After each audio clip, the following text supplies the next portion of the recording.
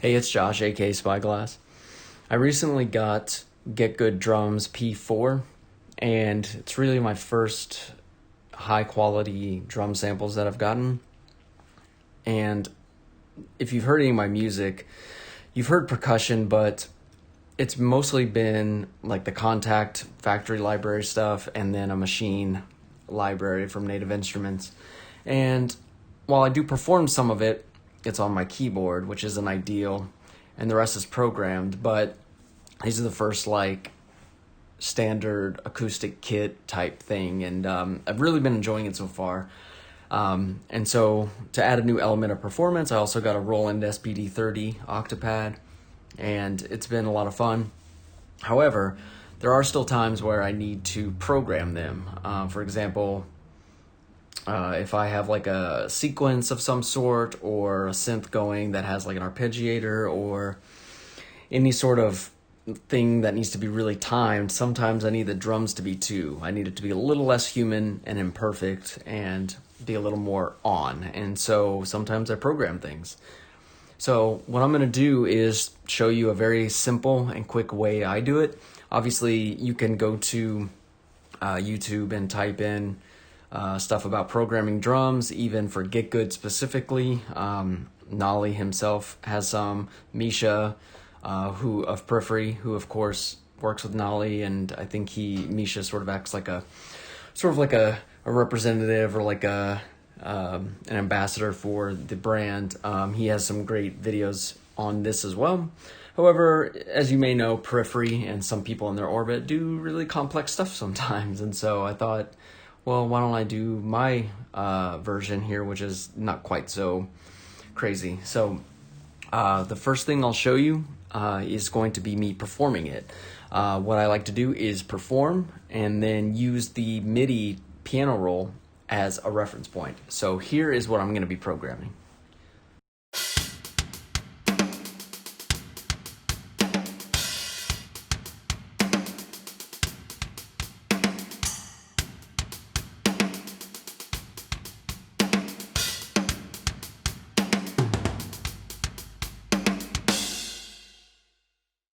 Okay, so here is the piano roll of what I just performed. And this is going to be essentially my template, sort of like a color by numbers type of situation. So what I'm going to do is duplicate it, take that out, and draw on a blank piano roll. Now, when you're looking at this, one thing you can do is if you, in case you didn't know this, if you go to the settings of, here's your full kit, you want to hit the I right here and then change the MIDI channel to Omni. And then when you go to the settings, you hit this like record button, and that will let you choose what's going to trigger that note. So if I click this and then hit my kick pedal a couple times, should probably activate this.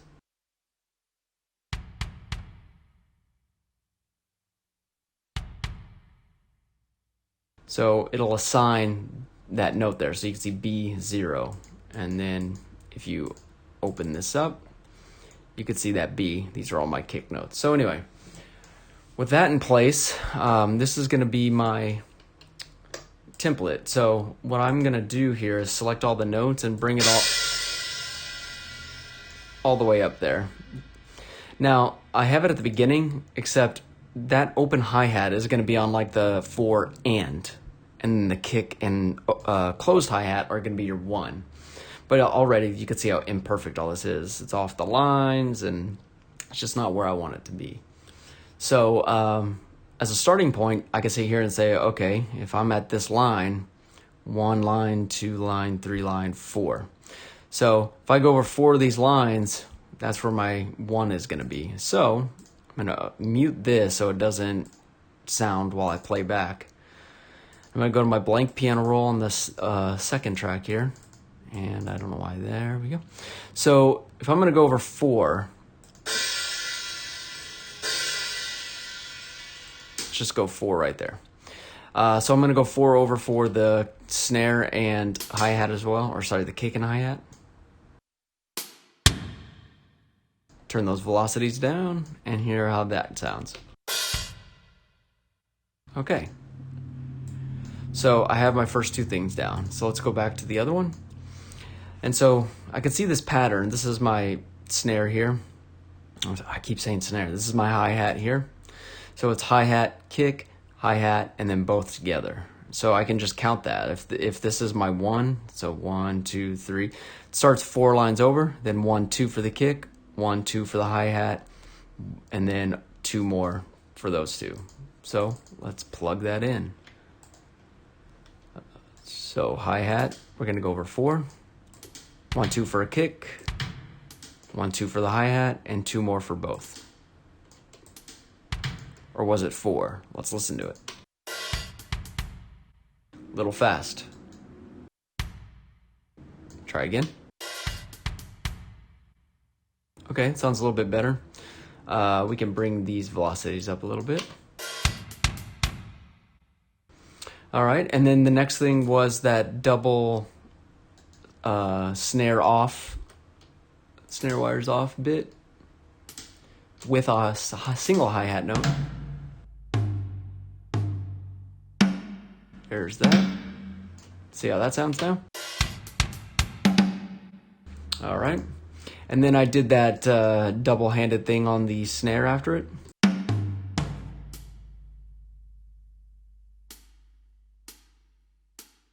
I don't know exactly how many notes it is, so let's listen to it to find out. Maybe a couple more. So clicking and dragging, or as I do more bars of this down the road, I can just copy and paste some of this that repeats. So like this part repeats, this thing repeats a few times. So after I lay this down, I'm not going to sit here and draw all this in later. I can just copy and paste a bunch of it. So anyway, let's see how this part sounds now. Okay, and then it was this again. So I can already copy and paste. Listen to it again. Nice. So then you've got your double snare hit with a hi-hat. And then it was a double hit, then open. Where was that open one? I believe it's here.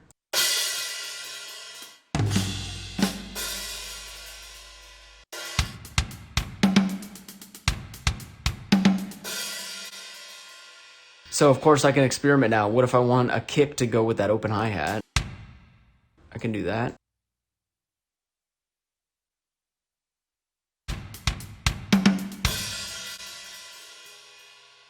And then it's gonna kind of repeat this stuff again. So I should be able to go over, what is that, 4, and paste it again. So 4 is here, halfway. And now let's listen.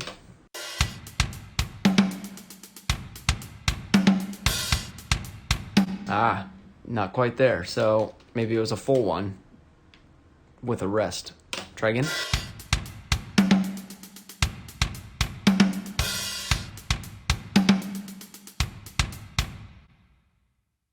All right, so there you go. So now I really have the foundation of everything. I can just copy and paste stuff as you're seeing. We could do that. Do that. And then where's the splash? Here, right here. So then it's like this.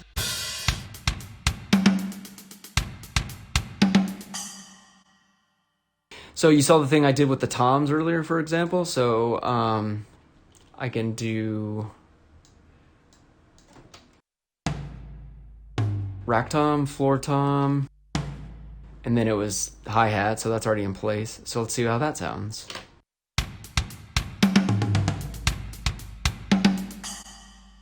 So that's why I like programming, because I can lay something down and I can do the snap to grid feature and just be this dead on accurate thing and then go back and mess with it. So if I had brought this back down,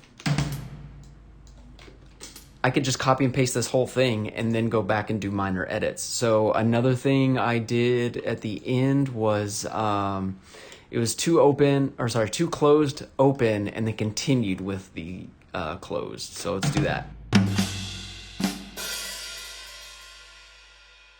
And then I believe there was another snare hit. So let's see how that sounds. And now if I want to do this again, now let's listen to that run through.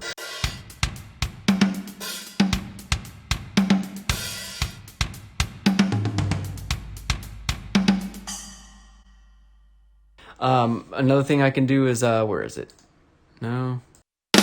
So there's a flam, which I don't have programmed to the Octapad, but I went in and drew it manually, which you could see here. So flam, you just go pick your note, and so I have it on that E. So if I go back in, here's my E with the flam. Let's go bring that up there. And then let's do a kick after it. Let's see how that sounds. All right, so one last run through.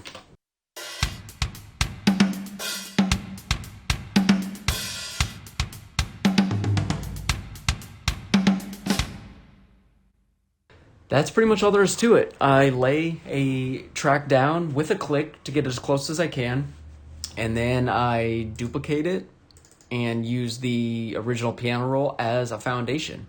So you could see how similar this looks to the other one. The only difference is one is programmed really neatly and one is a little sloppier. So it depends on what your goals are, what you're aiming for. If you want it to be a little more human and imperfect, then this is perfectly fine. But I do a lot of things that I need to time and program well, so doing it with drums sometimes becomes a necessity to get what I'm trying to achieve. So from here, I would continue filling out the rest of this by copy and pasting, editing. Obviously, I can edit these notes. I could, of course, add some of the other drums that I don't have programmed. You can see I don't have the rough, I don't have the side stick. There's other toms in this kit. There's different articulations on the hi-hats, other different cymbals, China, for example. I could go manually program that here and then go put it on the piano roll without having to necessarily perform it. So I can also get like a hybrid aspect where maybe I could quantize this and do the performance if I want to do something with MIDI and have it more natural feel. There's so many different ways you could go about modifying stuff. So hopefully this will give you a good jumping off point on messing with this kind of stuff. I haven't been doing this too long, but this is how I've been messing with Getgood drums and programming. So hopefully that helps you out, and I'll see you on the next one.